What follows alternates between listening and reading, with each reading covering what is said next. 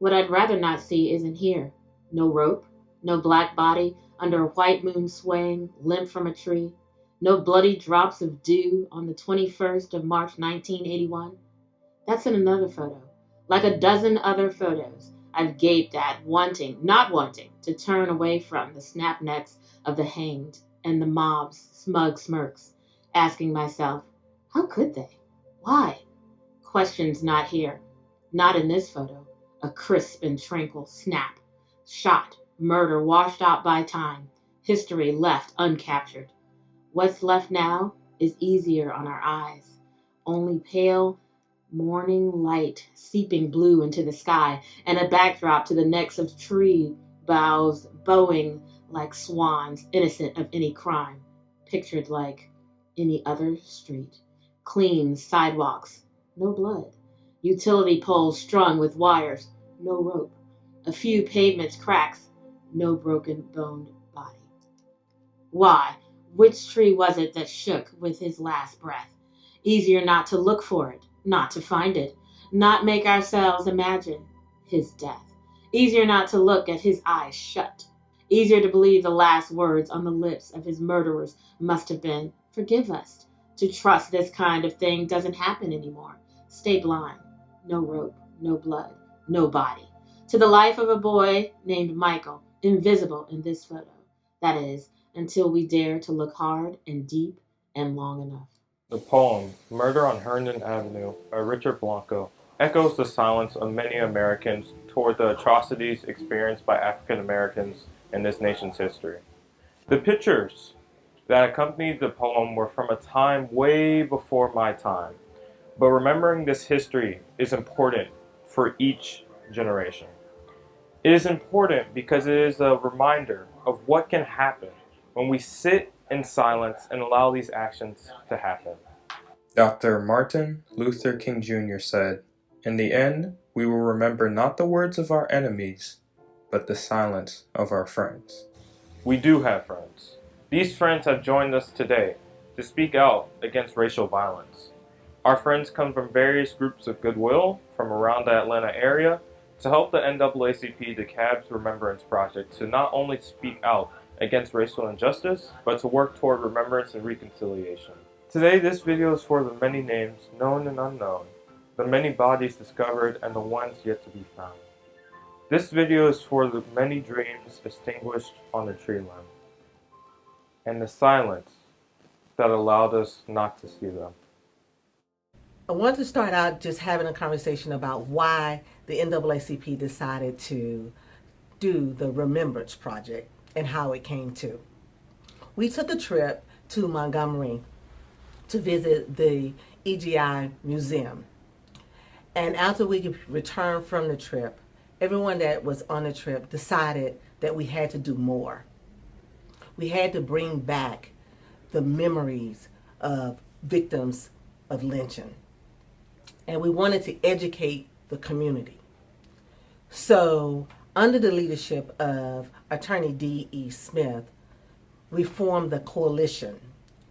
In this Remembrance Project, there were going to be several activities. One where we were going to bring interfaith community together. One, we were going to engage the youth. We were going to also bring in the government as well as businesses, because we wanted everyone to know the history of the victims of lynching in DeKalb County. And I tell everybody this is God's project. It's not mine. It's not the NAACP. This project belonged to God because so many miracles happened along the way. When we got back home and we had signed up and sent in all the proposals, people started to contact us. People we would never have met or encountered in any other way. And they contacted us, said, we heard what you're doing, we want to get involved. So we started having monthly meetings and everybody had input what we wanted to do. And EJI, God bless their souls, was so helpful in telling us how we could get it all done. When we first started, it was going to actually be 2 markers coming to DeKalb County. And we were so proud to actually have one in Lithonia and one in DeKalb County.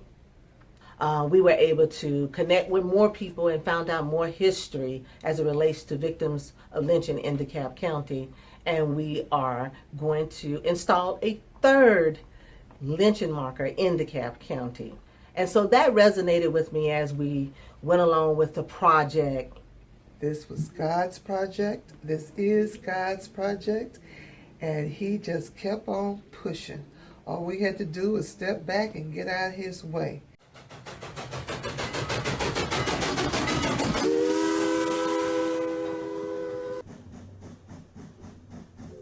They took him off the train they picked him up in Covington. He got on the train in Covington. And the train conductor saw him. He boarded the train in Covington. And the train conductor said, "You look like that man they're looking for in Redan, that raped a woman in Redan." And he said, "No, it wasn't him." And he complained. He said, "But you look like, you fit the description." He held him down, but they had to have planned that, because he didn't let him. When he got up here to Redan, the crowd was already waiting. And they were from Stone Mountain. The main lyncher was Dr. Goldsmith. According to the historical record here, was a Dr. Goldsmith out of Stone Mountain. They were already waiting for him when he got there, got to the Redan station. That crowd mob, led by Goldsmith, Dr. Goldsmith, and another man, that mob pulled him off the train up there, and they said took him a short ways down Shadow Rock to a tree, found a tree that they lynched him in. Ashe is a word that simply means let it be. The people of West Africa held on to this declaration with the knowledge that the power of whatever is spoken from the tongue will come to fruition and bring about change. For the wisdom to know that no one can do the work of racial justice alone, and that we need community. Ashe. Lithonia, Georgia is a city growing and creating a safe space for African Americans. They are creating businesses and opportunity for life. When you look at Lithonia, Georgia today, you do not see the violence and hate that was once a part of the city. In the 1890s, things were different, much different. It is recorded that on April 3rd, 1892, 2 black men were walking through the town of Lithonia when white workers from the nearby quarry started to chase them. The white mob chased the 2 men because they were told that these men assaulted a white girl. They did not display any evidence to prove that this was true. Nonetheless, after the mob caught these men, they were then dragged into the Lithonia woods and lynched. Their names known only to God, but thanks to the efforts of the Remembrance Project of the NAACP and its coalition members, the incident of their lynching will long be remembered. A historical marker commemorating their lynching was installed in February of 2021 in the nearby park of the city. Nowhere in this county is there anything other than these markers honoring the victims of racial terrorism. Now, we had a lot of memorials and markers honoring the people who did the terrorist acts. Some of those are coming down now, but we had nothing honoring, recognizing the victims. And we just really wanted to do something in the month of February to honor Black history, even though this history is not something that a lot of people may not want to remember, but it's important. It's important to know where we came from. It's important to know what happened to our ancestors. So I bring you greetings from the city of Lithonia today. We're here in the city and we're doing the unveiling of this marker, and we're grateful for the DeKalb County NAACP and all of its partners, all of its elected officials that facilitated this endeavor today. This marker actually brings a lot of significance to today. Today marks 1 year and 1 day since Ahmaud Arbery was actually murdered. And then 2, we actually today, the House and Senate legislators have produced 50+ bills that will take us back to a time such as when we were in this era of lynching. For the testimonies that will be shared long after we're gone, that we weren't bystanders in the fight for racial justice, but that we were harbingers of equity and justice and abundant life for all. Ashe. Hello, my name is Adrian Carter, and I'm the researcher and archivist for the Druid Hills group of the DeKalb Remembrance Project. The idea of truth as it relates to lynching history is that really it's a history of silences and white complacency, record corruption, and what archival work does is try to break some of that down and uncover it, work it back. Like so many lynching victims, the life and death of Porter Turner are not well documented, and there's very little left of him in the record. Porter Turner was born in the spring of 1895, just outside Greensboro, Georgia, about an hour and a half east of Atlanta. In his mid-20s, he moved to Atlanta's 4th Ward and started a lifelong career in the auto industry. He worked as a mechanic, he worked as a porter, and a driver for Harry Sommers, Inc., which was a Chrysler dealership on Spring Street in Atlanta. And by night, he drove a taxi cab, and he was working, based on the 1940 census, over 60 hours a week to support his family. Almost exactly 2 weeks after the second bomb was dropped on Japan at the end of World War II, and a week before the signing of the surrender and the official end of the war, Atlanta, like New York and like all the Life magazine photos people are familiar with, was celebrating. People were in the streets, people were needing rides. And based on family oral history, we know that he was picking up white passengers as well as black passengers, which at the time was not only against Atlanta city ordinance, but was actively stopped by police. And in the late 40s, there are numerous instances in newspaper archives of harassment and random tickets for black taxi drivers. This was a targeted profession, and that led to his death. It was not only Jim Crow law, it was Atlanta police departments rife with Klansman membership. It was neighborhoods and citizens saying nothing and not reporting murders, lynchings, any number of crimes against black Americans. It was a culture of complacency and silence. The truth is that no one was ever tried, no one was ever interrogated, no one was ever sentenced or held accountable for the lynching of Porter Turner. The black-owned Atlanta Daily World, an important newspaper in American history, was the only news outlet to report anything having happened to Porter Turner. It was the morning after, and is still the most detailed and accurate account we have. In speaking this truth in this beautiful neighborhood that prides itself on being historic, we're taking a step forward. History is not merely something to be read, and it does not refer merely or even principally to the past. And history is literally present in all that we do. For the courage of all who want to say and do something to create a more just world. Ashe. COVID did not stop us. Yeah. Our main focus was to get these markers installed. My name is KAYLA VINSON. I'm an attorney with the Equal Justice Initiative. At EJI, we've spent over 30 years representing clients across the country who are deeply vulnerable to the racial injustice that really defines our criminal justice system. And our legal representation has included clients who are facing the death penalty, people who were sentenced to die in prison as children, formerly incarcerated people who are dealing with the many rules and barriers that we put in place that make it very difficult for them to make a life after being released, and people in prisons and jails all over this country who suffer and endure inhumane conditions of confinement. After 20 years of focusing on courtroom advocacy as a way to help our clients, EJI came to understand that there was just no way that people across the United States had a clear understanding of the history of racial injustice.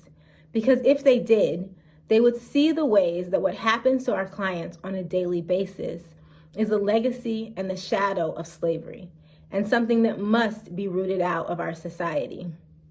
And so, after our first 20 years, we began to usher in an era of truth and justice, where we've invited local communities to join us in ensuring that our public consciousness, our national memory, is one that is rooted in truth-telling, one that tells the truth about the fact that slavery did not end in 1865, but rather it evolved into new systems of racial hierarchy intended to maintain white economic, social, and political control. After slavery ended, we saw a brief period where the nation had the opportunity to, for the first time, become a democracy. And instead, more than 2,000 Black people were lynched during Reconstruction, the period from 1865 to 1877. And the decision to abandon Black people to the very Confederates who had just waged a war against the country ushered in an even longer period of racial terror lynching from 1877 to 1950, during which more than 4,000 Black people were lynched across this country, often in front of large crowds of white men, women, and children. And this number included at least 593 people lynched in the state of Georgia, and at least 4 lynched right here in DeKalb County. This ceremony is particularly special to me, having grown up in DeKalb County, in a place where I felt and experienced and saw the ways that racial injustice shaped life. But I did not know our local history of racial terror lynching. I didn't know that a lynching happened here as late as 1945, as a world war was being fought against racialized oppression. A Black man was lynched in DeKalb, and a lynching that required the complicity of local law enforcement and state law enforcement and people who were granted impunity even after they had made statements of clear guilt. And so at EJI, we really think that the public narrative that a nation creates about its communities reflects what matters, who matters, what is remembered. And so today, it is a joy to join DeKalb County in unveiling this marker to say no more of this here. That in this community, racialized violence will be remembered and that it must end. DeKalb County is joining a national community of people who are insisting on never again, who are ushering in an era of truth and justice that ideally will identify and name the racial injustice that still exists in this community, so that we can become a place where racial hierarchy does not control outcomes in people's lives.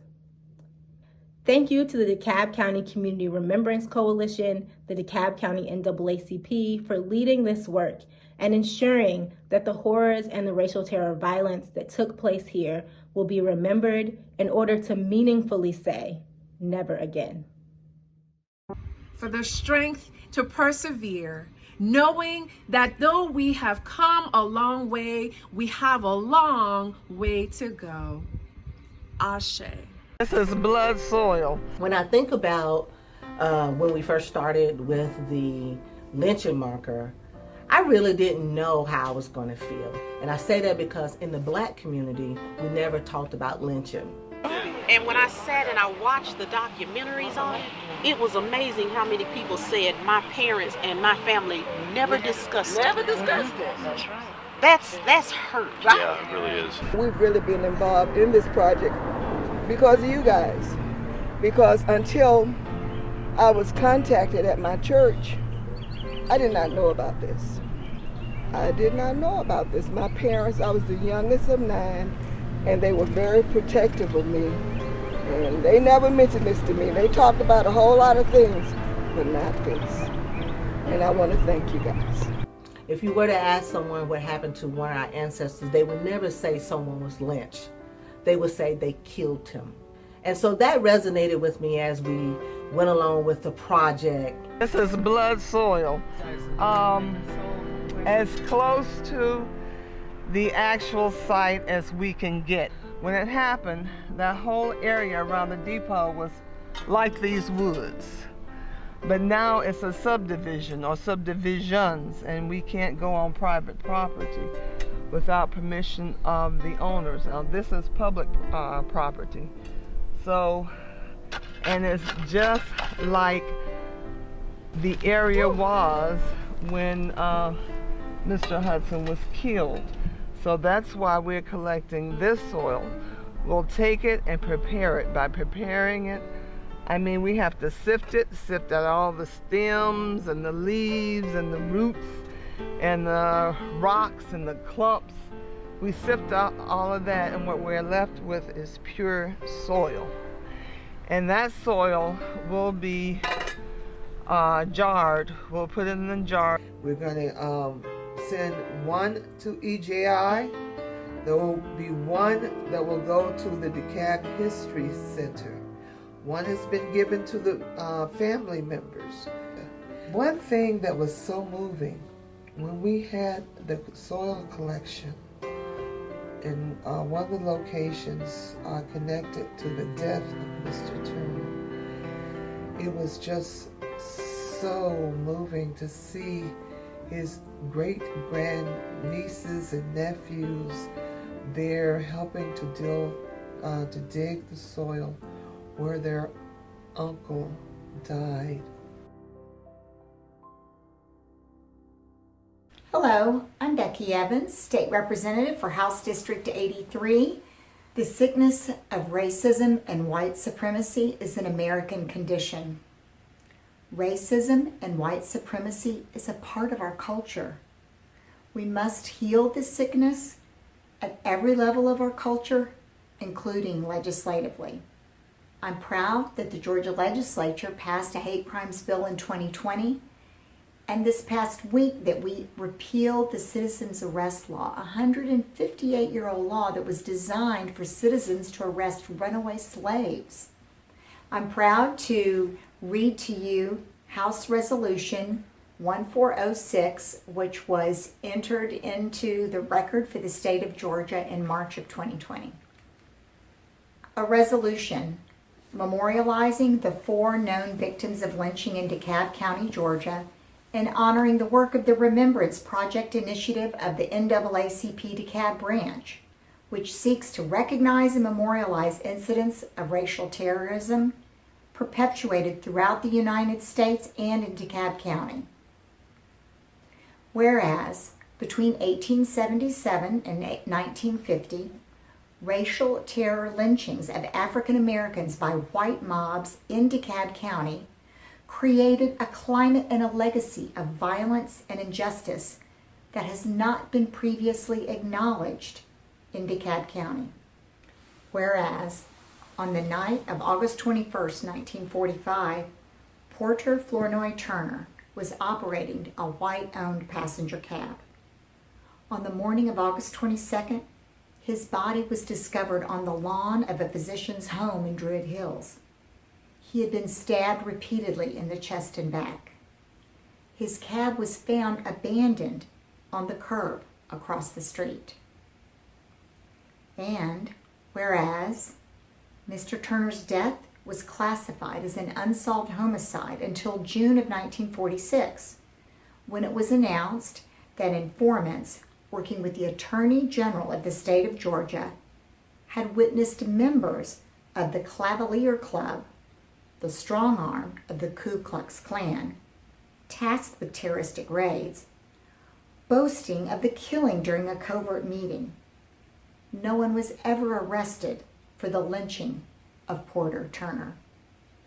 Now, therefore, be it resolved by the House of Representatives that the members of this body memorialize the 4 known victims of lynching in DeKalb County, Georgia, and honor the work of the Remembrance Project initiative of the NAACP DeKalb Branch. What we did at the beginning of this project was the spiritual glue that held the group together. My area of expertise is community organizing and coalition building. So the work of creating this, of creating a truth and a reconciliation and a personal sense of restoration and restorative justice amongst the leaders, and therefore amongst their organizations, and therefore in the communities, is the critical work. And there are any number of opportunities for individuals to break bonds, to argue, to be offended, to respond to being offended, and to offend again. Dealing with racial matters, particularly in the United States, we're talking trauma. We're talking the results of years and years of racial terrorism. And so the first part of the reconciliation process is to exercise the principles of reconciliation with the leaders, with the people who are trying to accomplish something that affects society as a whole. And so we had to begin there.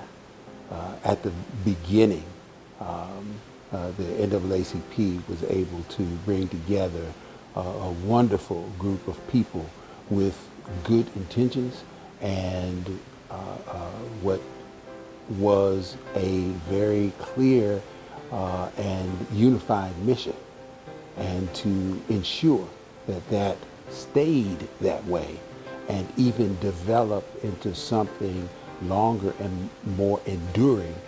It was necessary to model amongst us what we were trying to develop and spirit into the rest of our community.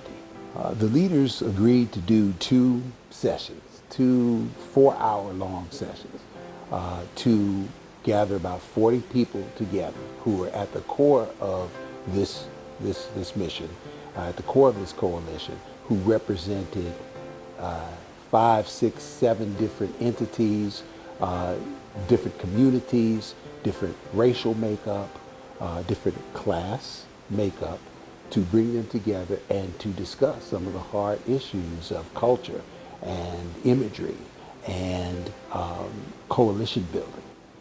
That we all look alike, that we can't swim. So that we are racists, that we are rich, that we are white supremacists. Out of it came a camaraderie and some tears, a lot of hugs, a lot of personal owning of not just what I may have done or my neighbor may have done to offend you, but what you may have done in response to that offended me. And perhaps most importantly, in the context of this remembrance work, is an ownership for what our ancestors did. The process of acknowledging that and bridging that was the primary outcome of these sessions. We need to come to grips with this race problem in our country. I don't know if this will do it. I doubt seriously if it will. But each step closer to telling the truth gets us closer to getting some kind of reconciliation, understand that we're all American. We have been so silent for so long, it's just not going to be the case going forward. And we can't do it. We got to teach them the right way so that they can actually be productive for us too. Honestly, I think a lot of people my age don't really see the need to have reconciliation because there's no longer segregation, and the racism that our ancestors and people before us went through, we don't have to deal with today. So a lot of people my age are just like, it is what it is, I like who I like. And that's fine to a certain extent, and we can thank the people in the past for that. But the job is not over. So what that would look like for us is just seeing a better world, seeing a world where people our age, especially black people our age, only pretty much, aren't shot down and have all these prejudices. I just remember today, I had to look in the mirror and make sure I was like, okay, I want to wear this, but I don't want to look like a thug. I want to dress nice. And so stuff like that, you know, prejudices and all the rest of that, a life change can be seen from a young person's perspective if we tackle reconciliation the right way. White people cannot rely on black people to be trying to tell the truth. It has to be a joint effort of opening our eyes and accepting the past so that we can, and going through the pain of the past and the painful part of it for white people as well as black people so that we can all be transformed and move ahead in our society.